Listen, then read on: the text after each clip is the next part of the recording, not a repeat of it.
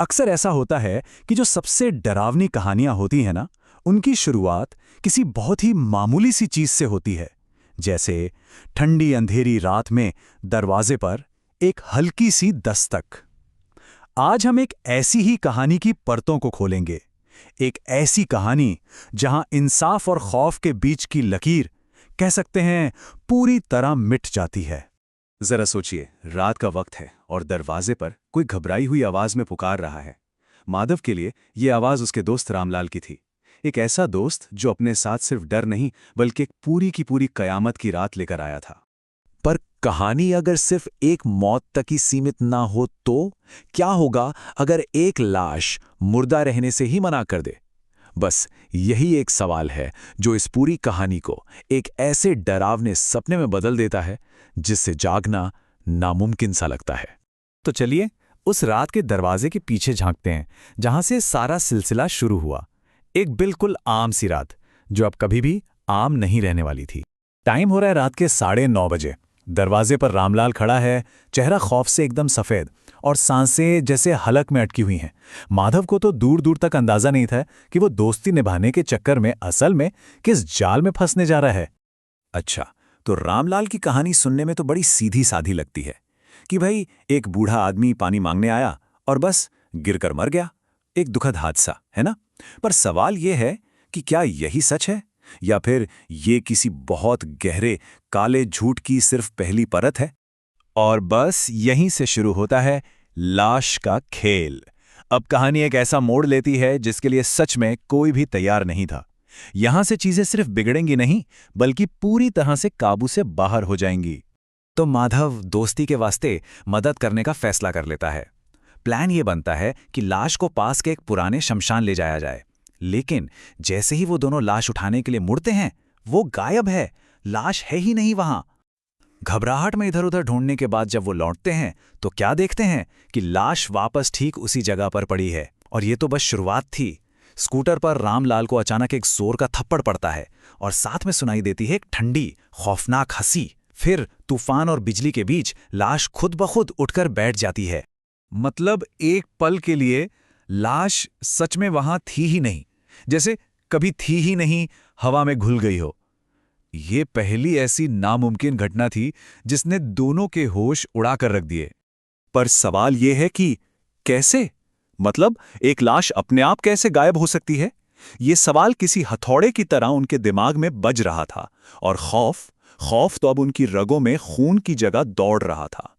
और फिर ठीक वैसे ही जैसे कोई उनके साथ कोई भयानक मजाक कर रहा हो, लाश वापस अपनी जगह पर। साफ था कि ये किसी अलौकिक ताकत का खेल है। एक ऐसा खेल जो उन्हें दिमागी तौर पर तोड़ रहा था, थका रहा था। जैसे जैसे वो शमशान के करीब पहुंचते हैं, आतंक और भी ज्यादा बढ़ जाता है। पहले वो अनदेखा थप्पड़, फिर वो रूह कंपा देने वाली हंसी और फिर एक सर्द सी फुसफुसाहट कानों में गूंजती है, मेरा क्रियाकर्म अच्छे से करना।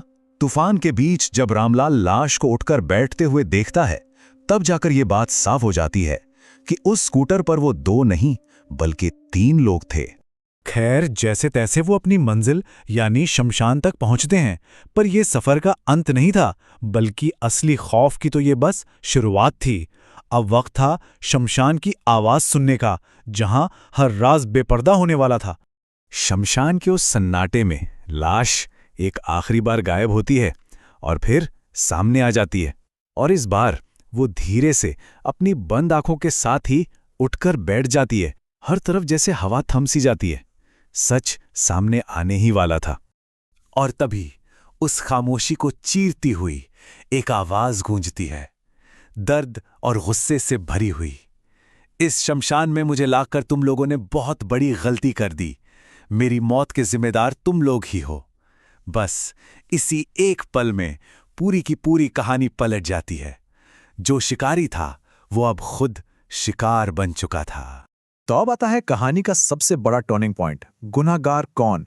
इस मोड़ पर आकर कहानी की पूरी बुनियाद हिल जाती है और असली अपराधी का चेहरा सबके सामने आ जाता है।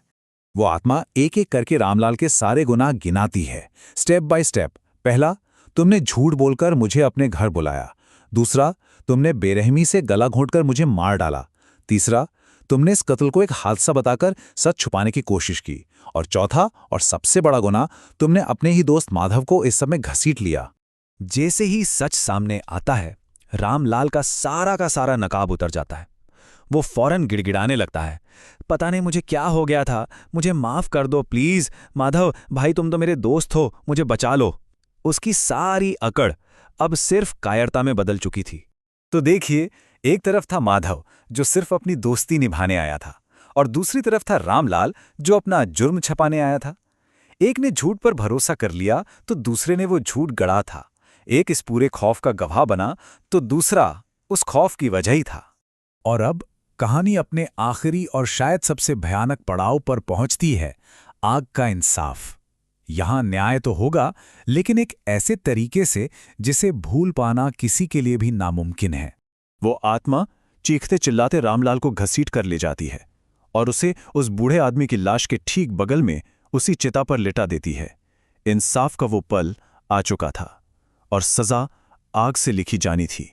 इसके बाद वो आत्मा माधव की तरफ मुड़ती है और उसे अपना आखिरी और सबसे खौफनाक हुक्म सुनाती है, अब तू मेरी इस चिता को आग देगा, ताकि मेरे साथ साथ ये पापी भी भस्म हो जाए।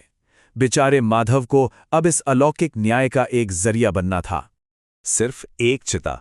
माधव के हाथ कांप रहे थे, लेकिन उसने आग लगा दी।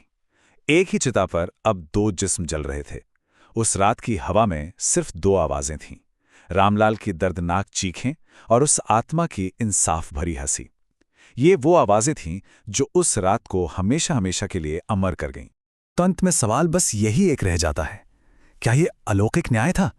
क्या जब इंसानी कानून गुनहगार तक पहुंचने में नाकाम हो जाता है तो कुदरत अपना इंसाफ खुद करती है, फिर चाहे उसका तरीका कितना ही भयानक क्यों ना हो?